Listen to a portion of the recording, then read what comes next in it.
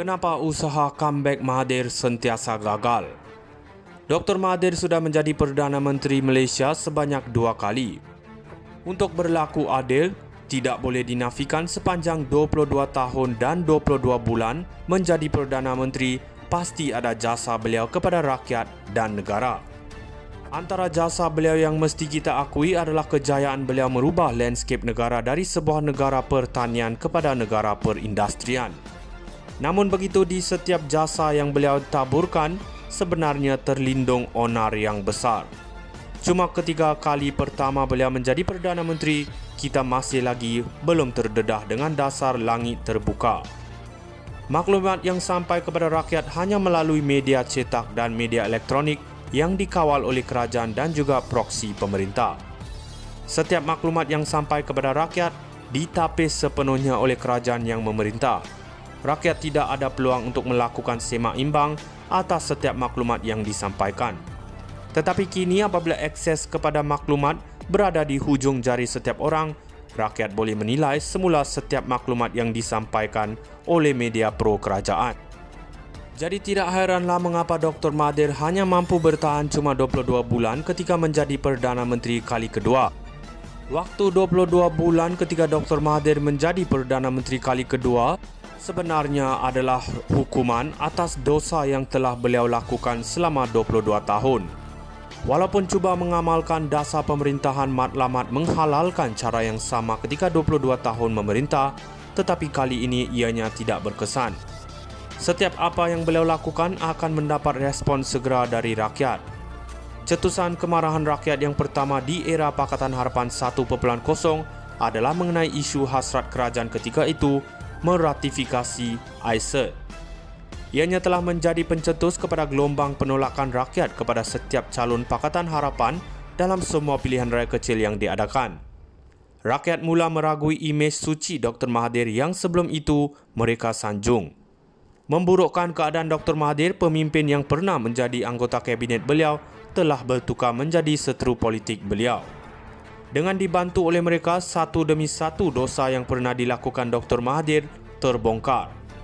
Setelah mendapat maklumat dari seteru politik Dr. Mahathir yang baru, rakyat mula mencari bukti kebenaran dakwaan itu melalui internet. Sangat mengejutkan apabila rakyat mendapati apa yang didakwa seteru politik Dr. Mahathir itu adalah benar. Tetapi kesilapan besar yang Dr. Mahathir lakukan adalah dengan melakukan kezaliman terlampau ke atas Datuk Seri Najib dan ahli keluarga beliau. Dr. Mahathir dilihat beraja di mata dan bersultan di hati ketika melaksanakan misi membalas dendam ke atas Datuk Seri Najib. Maklumat perbicaraan di kamar mahkamah dan ketegasan untuk memenjarakan Najib walaupun dengan membakul sampahkan keadilan terus menimbulkan kemarahan rakyat. Kemuncak penolakan rakyat ke atas Mahathir adalah melalui keputusan PRU15. Kerana kemarahan dan kebencian rakyat terhadap beliau, bukan beliau saja malah parti politik beliau, pimpin telah ditolak sepenuhnya. Lebih memalukan, kesemua calon dari parti politik pimpinan beliau kehilangan duit deposit. Di tengah kemuncak kebencian rakyat, Mahathir masih lagi dilihat seperti tidak sedar diri dan syok sendiri. Walaupun kalah teruk dalam PRU15, beliau masih lagi menganggap diri beliau masih relevan dalam dunia politik terkini. Tetapi setiap kenyataan dari Dr. Mahathir kini diperlekehkan oleh rakyat. Beliau kini ibarat harimau tua yang sudah tiada taring tetapi masih lagi bernafsu untuk menjadi hulu balang rimba. Kenapa usaha comeback Mahathir sentiasa gagal? Dr. Mahathir sudah menjadi Perdana Menteri Malaysia sebanyak 2 kali. Untuk berlaku adil, tidak boleh dinafikan sepanjang 22 tahun dan 22 bulan menjadi Perdana Menteri, pasti ada jasa beliau kepada rakyat dan negara. Antara jasa beliau yang mesti kita akui adalah kejayaan beliau merubah landscape negara dari sebuah negara pertanian kepada negara perindustrian. Namun begitu, di setiap jasa yang beliau taburkan, sebenarnya terlindung onar yang besar. Cuma ketika kali pertama beliau menjadi Perdana Menteri, kita masih lagi belum terdedah dengan dasar langit terbuka.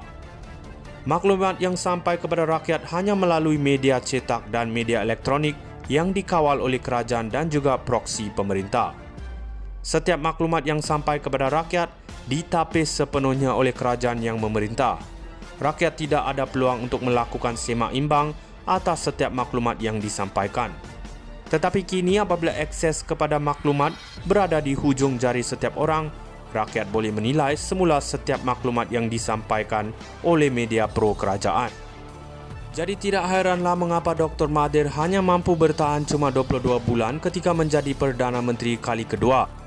Waktu 22 bulan ketika Dr. Mahathir menjadi Perdana Menteri kali kedua sebenarnya adalah hukuman atas dosa yang telah beliau lakukan selama 22 tahun. Walaupun cuba mengamalkan dasar pemerintahan matlamat menghalalkan cara yang sama ketika 22 tahun memerintah, tetapi kali ini ianya tidak berkesan. Setiap apa yang beliau lakukan akan mendapat respon segera dari rakyat. Cetusan kemarahan rakyat yang pertama di era Pakatan Harapan 1.0 adalah mengenai isu hasrat kerajaan ketika itu meratifikasi ICER. Ianya telah menjadi pencetus kepada gelombang penolakan rakyat kepada setiap calon Pakatan Harapan dalam semua pilihan raya kecil yang diadakan. Rakyat mula meragui imej suci Dr. Mahathir yang sebelum itu mereka sanjung. Memburukkan keadaan Dr. Mahathir, pemimpin yang pernah menjadi anggota kabinet beliau, telah bertukar menjadi seteru politik beliau. Dengan dibantu oleh mereka, satu demi satu dosa yang pernah dilakukan Dr. Mahathir terbongkar. Setelah mendapat maklumat dari seteru politik Dr. Mahathir yang baru, rakyat mula mencari bukti kebenaran dakwaan itu melalui internet. Sangat mengejutkan apabila rakyat mendapati apa yang didakwa seteru